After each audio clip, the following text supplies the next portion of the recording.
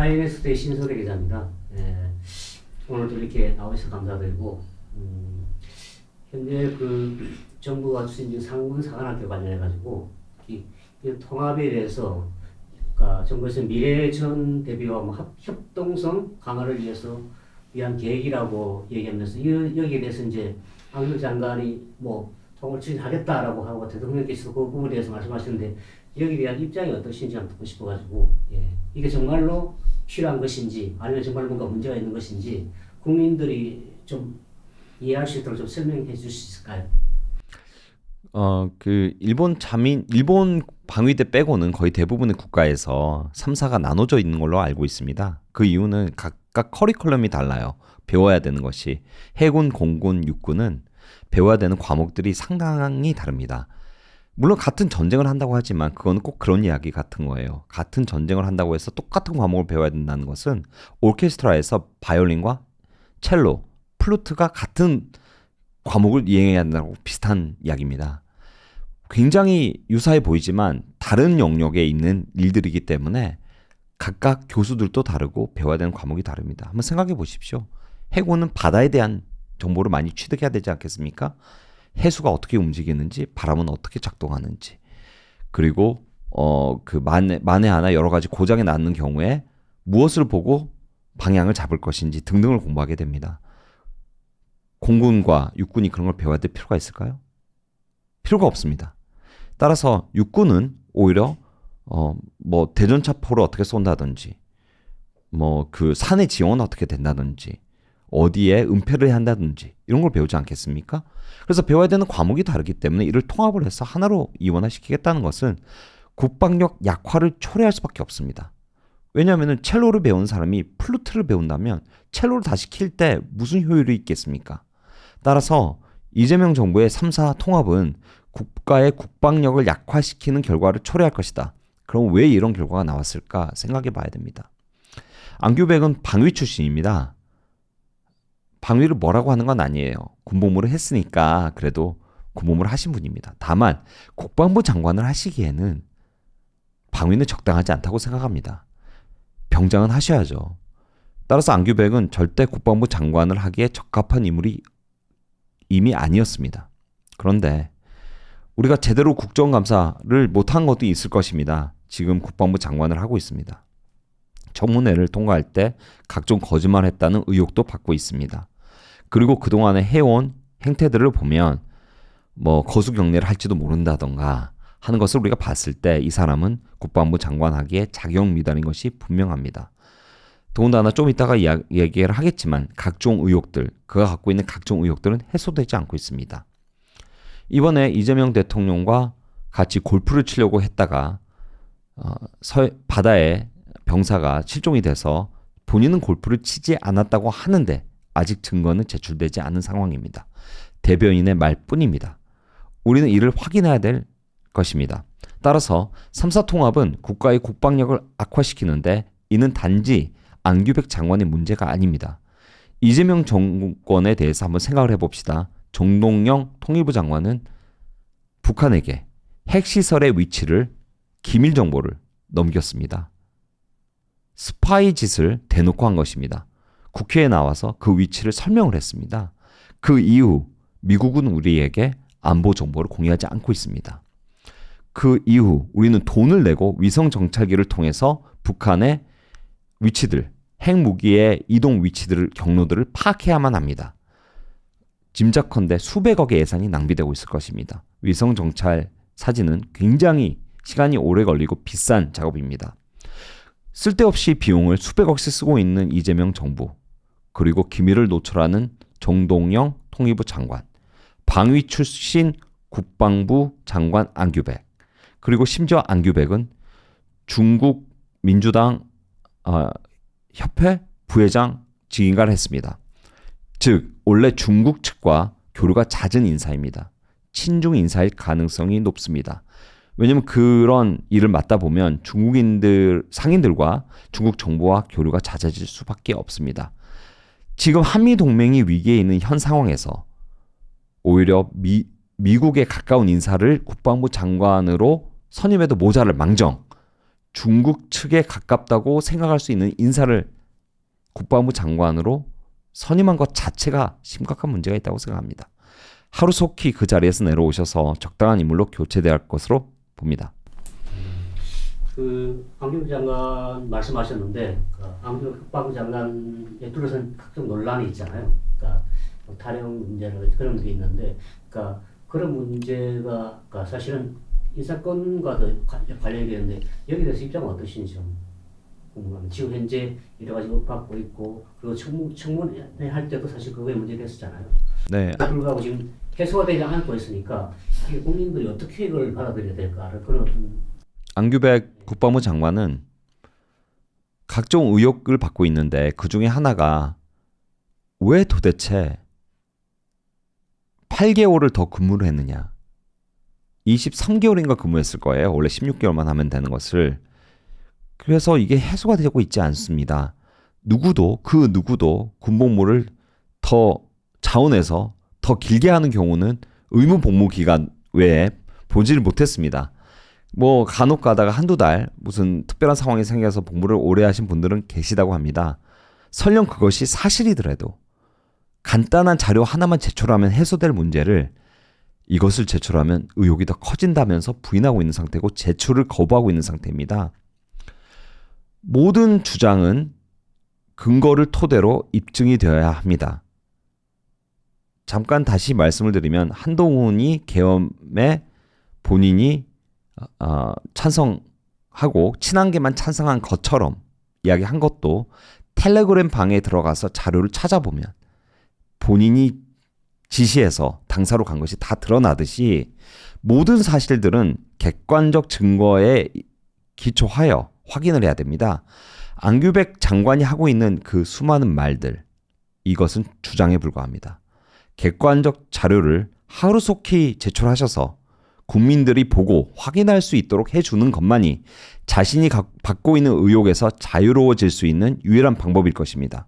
그뿐만 아니라 어쨌든 뭐 방첩사 해체라든지 뭐 그런 전방에 있는 일을 빼고 그러니까 군인들의 숫자를 줄이는 그런 문제까지 같이 계속 이렇게 그러니까 인가해야 되는데 이 부분 똑같은 입장이시고요. 그런 부분들에 대해서 안규백 장관에 대해서 어떤 정부가 하는 그런 이런 정책에 대해서 방첩사 폐지죠. 방첩사 폐지에 관련해서는 저는 그런 입장입니다. 이것은 단순히 방첩사뿐만이 아니고 우리의 역사를 거슬러 올라가서 생각해 봐야 됩니다.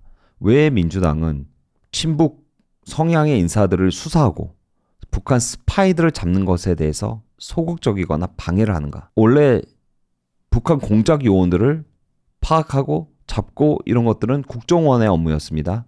그런데 지금 경찰로 넘겨진 상황입니다. 국정원이 그 업무를 굉장히 잘했어요. 그런데 대공수사권 지금 경찰에 가 있습니다. 민주당은 모든 권한을 경찰로 미루려고 합니다. 심지어 보안수사권도 미루려고 하고 있죠. 그럼 경찰은 무소불위의 권력이 돼가고 있습니다. 이번에 근데 광주에 있었던 사건을 보듯이 처참하게 살해된 여자 학생, 그 학생을 은폐하려고 했던 범죄자의 아버지, 우리는 목도하지 않았습니까? 그 경찰의 실력으로 그 어려운 대공수사, 스파이 수사를 어떻게 한다는 것입니까? 우리는 그 때로 돌아가서 국정원에게 대공수사권을 부활시켜야 합니다. 우리는 거기서부터 시작해야 된다고 생각합니다. 그런데 더 심각한 문제는 기무사, 그러니까 방첩사령부는 군인의 정보를 총괄하는 곳입니다. 옛날에 기무사죠. 그런데 그것마저 폐지하려고 합니다.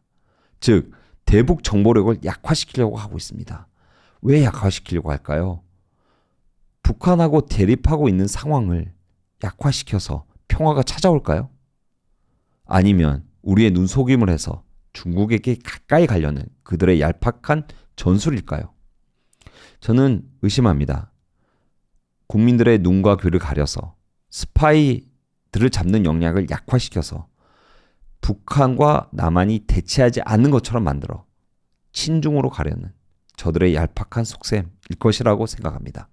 따라서 우리는 방첩사 폐지를 기어코 반대하고 이를 유지해야 할 것입니다. 네, 그 조금 전에 말씀하셨지만 그 감주 사건에 관련돼서 최근 장윤기 사건을 계기로 검찰 보안 수사권이 필요성이 다시 논란이 되고 있습니다. 그러니까 보안 수사권이 국민들의 권리를 보호하는지 안전지향 될수 있는지, 그리고 만약에 검찰의 보안 수사권이 축소되거나 폐지된다면 경찰의 부실 수사나 오판 가능성을 견제할 새로운 제도적 장치가 만들 수 있느냐라는 그런 의문점이 많거든요. 우려를 가지고 있는데 여기에 대해서는 어떤 입장이십니까? 우리가 살다 보면 명확한 것들이 몇 가지 있습니다. 돈을 풀면 이재명이 돈 나눠주면 부동산 값이 오를 것이다. 수없이 말씀드렸습니다. 현실이 됩니다.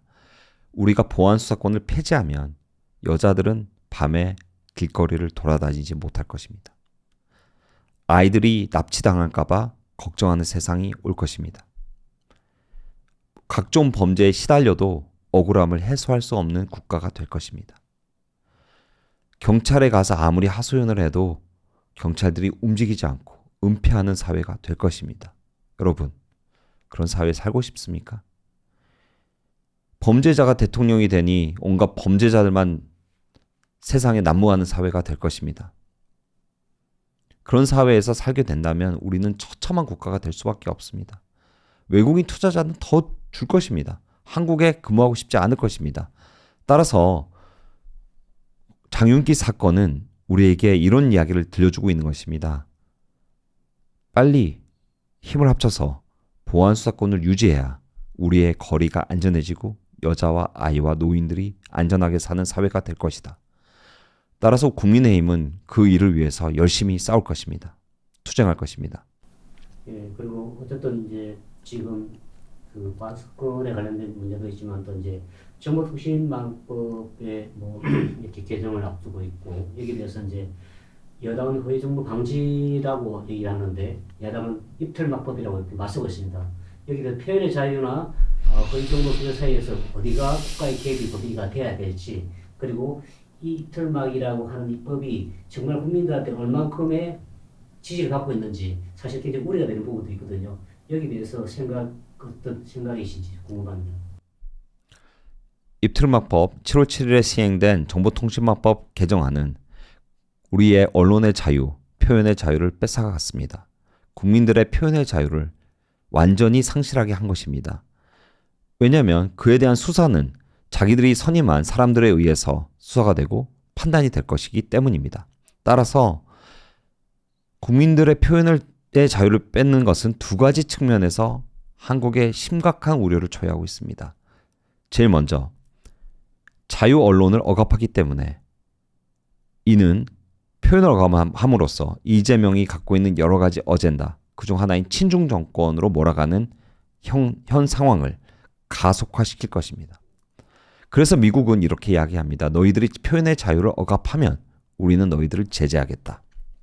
왜 그럴까요? 미국은 이것이 이재명 정권의 친중으로 가려는 디딤돌로 보고 있기 때문입니다. 따라서 정보통신망법 개정안은 대한민국을 한미동맹을 위협하고 친중 정권으로 가게 하는 포석이므로 우리는 이를 저지해야 될 것입니다.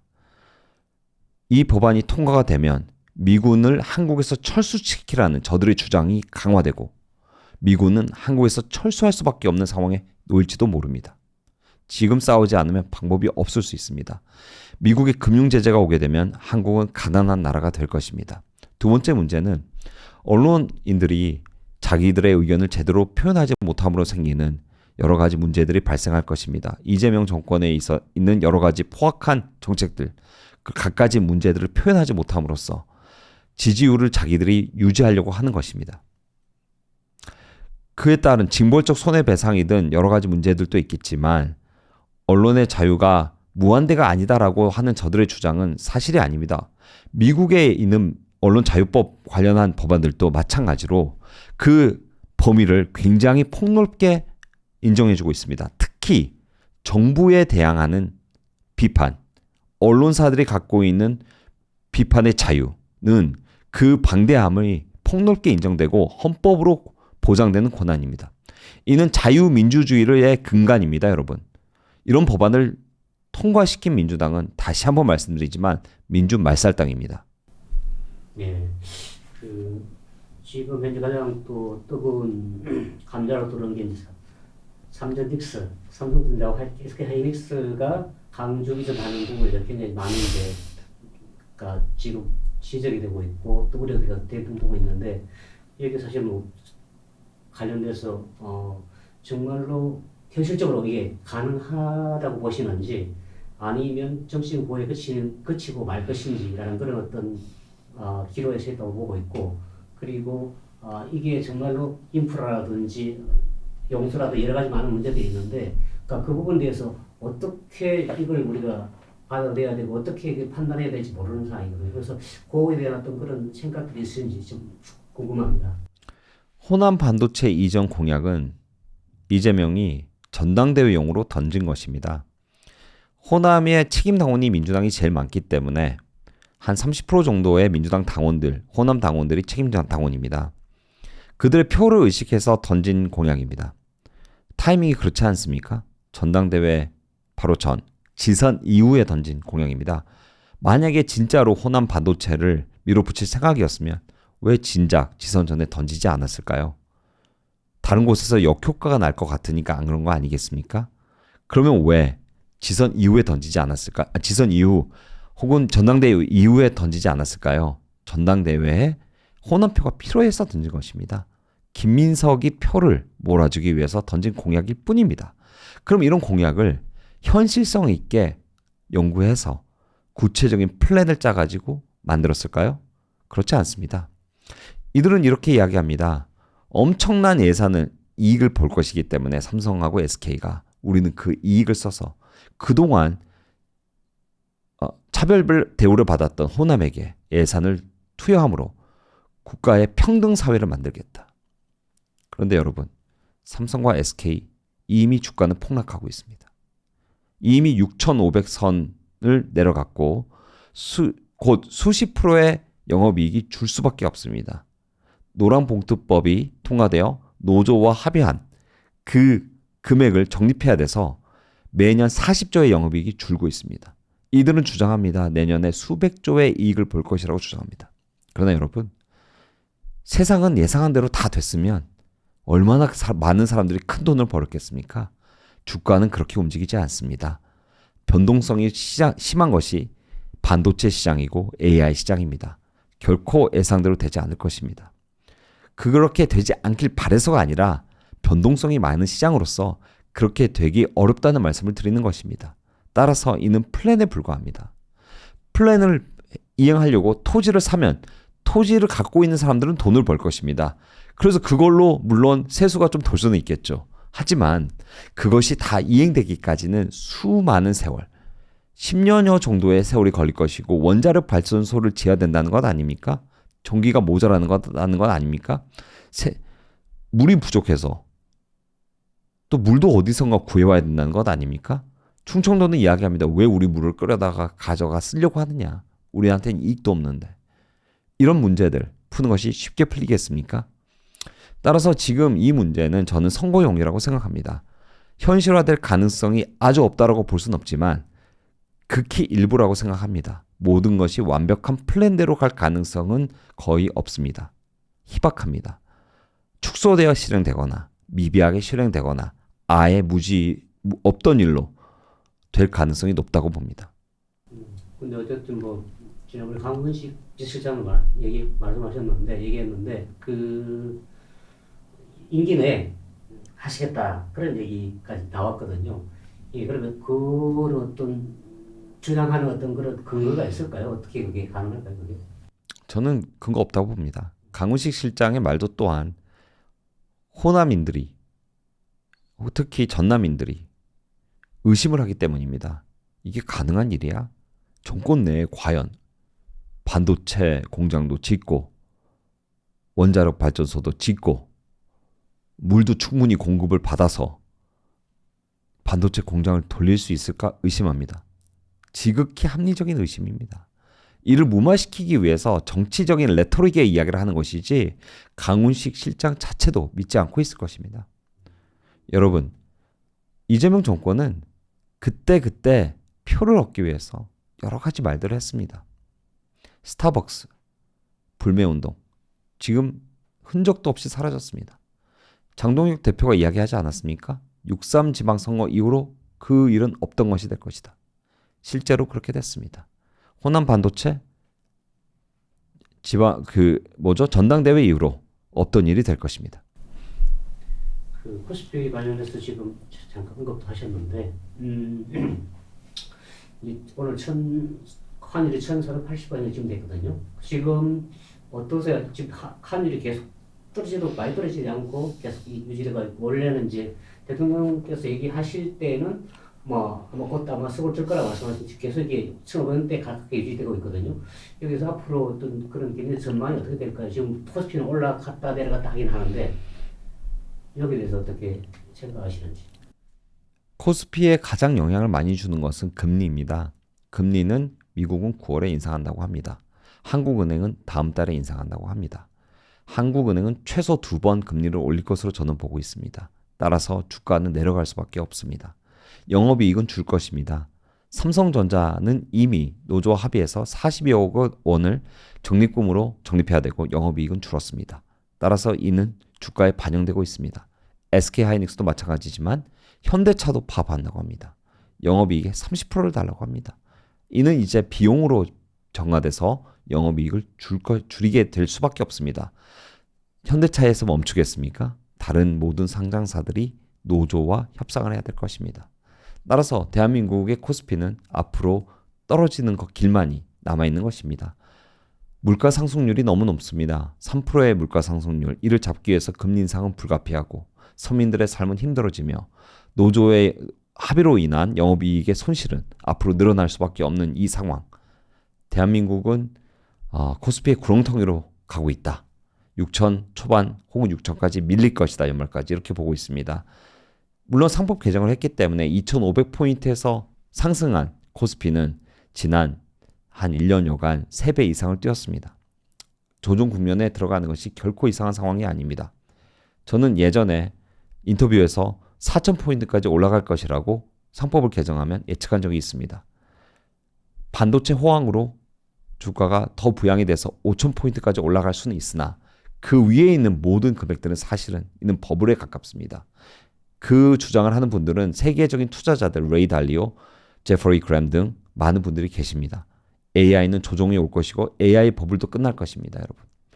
자산을 지키기 위해서 안전자산으로 일부라도 꼭 넣어주십시오. AI 버블이 끝난다라는 거 말씀하셨는데 거기에 근거가 어떤 쪽에 있는 건가요? 버블이라는 개념은 이런 것입니다. 철도, 인터넷, AI, 세계 3대 버블입니다. 이 산업들이 결코 나쁜 산업들이 아닙니다. 훌륭한 산업들입니다. 그리고 역사적으로 다 살아남았습니다. 수많은 회사들이 돈을 벌고 있죠. 하지만 왜 버블일까요? 버블은 내재적 가치를 넘은 상당량의 투자금이 몰려서 주가가 폭등하는 경우를 말합니다. AI는 현재 미국에서 3,600조를 투자하기로 되어 있습니다. 작년에만 1,500조가 투자가 되었습니다. 3,600조의 원금을 회수하려면 얼마나 많은 이익을 내야 되겠습니까? 그 리스크를 감안하려면 얼마나 많은 수익으로 돌려줘야 되겠습니까?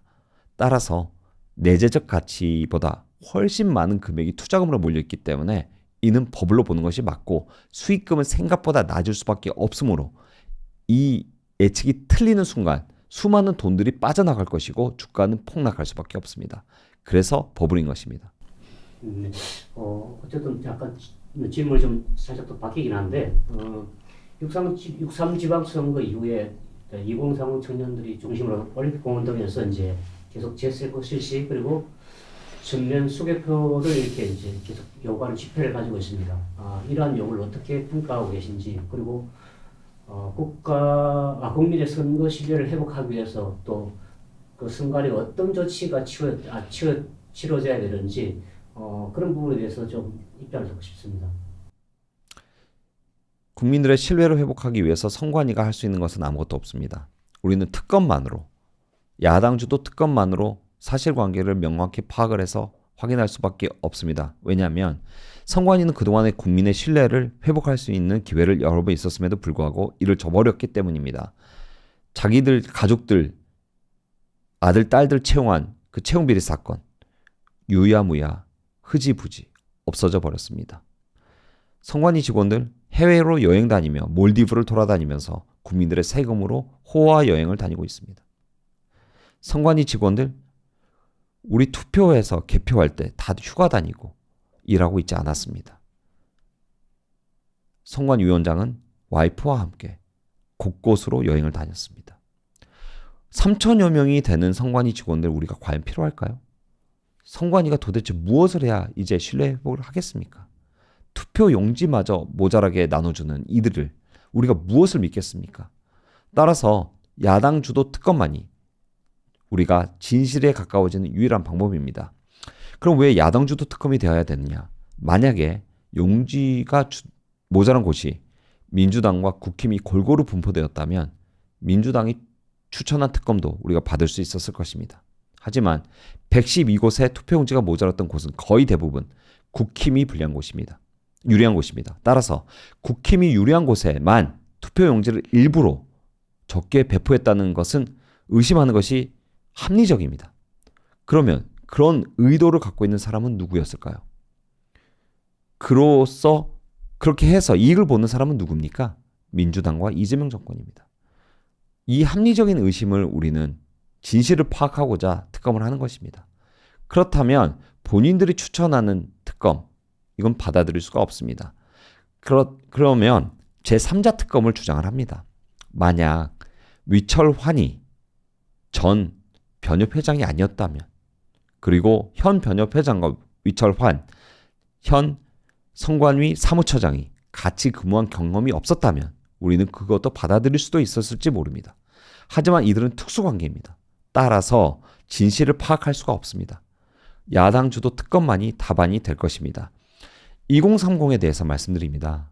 2030은 세상의 불공정에 눈을 뜨고 있습니다. 이들은 하소연을 하고 있습니다. 도대체 대한민국이 어디까지 불공정해질 수 있는가? 그들은 자신들의 직업을 만들어주지 않는 정부에 대한 분노도 갖고 있습니다. 국가의 부채를 4050에게 떠넘기지 않고 모두 2030에게 넘기는 민주당에 대한 분노도 있습니다. 그런데 가장 분노하는 건 참정권마저 뺏어가는 이재명 정권에 대한 분노가 하늘을 찌르고 있습니다. 2030 청년들의 분노를 받아들이고 즉시 야당 주도 특검을 받아주시기 바랍니다. 그렇지 않으면 분노가 휩싸여 이재명 정권의 몰락을 가져올 것입니다. 그러면 지금 그 수개표하고 그리고 재선거에 관련된 어떤 계속 이렇게 구호를 외치고 있는데, 그러니까 대만 같은 경우는 이제 수개표를 전제해서 하는 걸로 알고 있는데, 그러니까 여기에 대해서는 어떤 개선책이 있는지, 가능할지, 이게 개선이 가능할지. 개선은 일단은 사전선거 폐지입니다. 사전선거를 폐지해야 합니다. 믿을 수가 없고 오해를 많이 사고 있는 사전선거 필요 없습니다. 특히 또 하나의 문제는 정보의 비대칭성입니다. 선거일날 모두 공평하게 같은 정보를 가지고 투표하는 것이 아닌 며칠 전 심각한 부도덕한 행위나 비리 등이 있을 수도 있는데 그 전에 투표하는 것을 똑같은 투표권으로 생각하는 것조차 문제가 있습니다. 모든 국민들이 똑같은 정보를 바탕으로 투표권을 행사해야만 합니다. 그래야 그 정보가 같은 정보를 가지고 그 같은 정보 위에서 선택을 받을 수 있기 때문입니다. 예를 들어 시험을 보는데 어떤 애는 이틀 일찍 시험을 보고 어떤 애는 이틀 후에 시험을 본다면 불리하지 않겠습니까? 이틀 후에 시험을 보는 애가 유리하지 않겠습니까? 그와 마찬가지입니다. 시간을 더 주냐 덜 주냐는 여러 가지 차원의 문제를 야기합니다. 따라서 사전투표 제도는 민주주의 근간에 부합하는 제도가 아닙니다. 이를 없애고 본투표로 바꿔서 본투표 때만 투표하므로 국민들의 편의는 조금 손해를 볼지언정 민주주의를 지키고 발전시키는 사회로 나아갈 수 있습니다. 그리고 물론 수개표만이 해킹 가능성이 없고 전산 오류에서 완벽하게 배제되어 있는 수개표만이 답이 될 것입니다. 네, 어쨌든 여러 가지 또 많은 이슈를 이렇게 좀 앞뒤로 계속 하시는 어쨌든 이렇게 귀한 시간 내서 감사드리고, 예, 오늘 또 이렇게 또 인사드리겠습니다. 고맙습니다. 감사합니다.